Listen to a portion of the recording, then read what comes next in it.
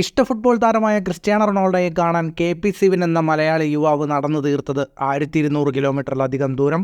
ദുബായിൽ നിന്ന് 36 ദിവസം നടന്നാണ് സൗദി അറേബ്യയിലെ റിയാദിൽ സിവിൻ എത്തിയത്. Walking to dream meetup with CR7 എന്ന പേരിൽ മാർച്ച് 6-നാണ് സിവിൻ യാത്ര തുടങ്ങിയത്. ഇതിനിടെ നിരവധി പ്രതിസന്ധികൾ നേരിടേണ്ടി വന്നെങ്കിലും അൽ നസറിന്റെ പോർച്ചുഗീസ് ഇതിഹാസ താരത്തെ കാണുകയെന്ന അതിയായ ആഗ്രഹം കാരണം അവയൊന്നും വകവയ്ക്കാതെ മുന്നോട്ട് നീങ്ങി. റൊണാൾഡോയോടുള്ള ആദരവ് പ്രകടിപ്പിക്കാനുള്ള വലിയ പ്രയത്നമാണിത്. അദ്ദേഹത്തെ കണ്ടുമുട്ടി ഓട്ടോഗ്രാഫ് വാങ്ങുന്ന വെറും 2 സെക്കൻഡ് എൻ്റെ ജീവിതത്തിലെ നിർണായക നിമിഷമായിരിക്കുമെന്നും സിവിൻ പറഞ്ഞു.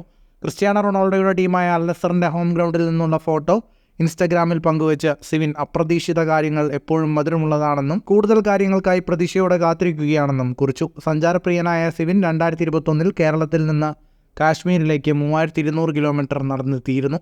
ഫുട്ബോൾ ലോകത്തെ കൂടുതൽ വാർത്തകൾക്കും വിശേഷങ്ങൾക്കുമായി സ്പോർട്സ് കഫേ അപ്പോൾ തന്നെ സബ്സ്ക്രൈബ് ചെയ്യുക.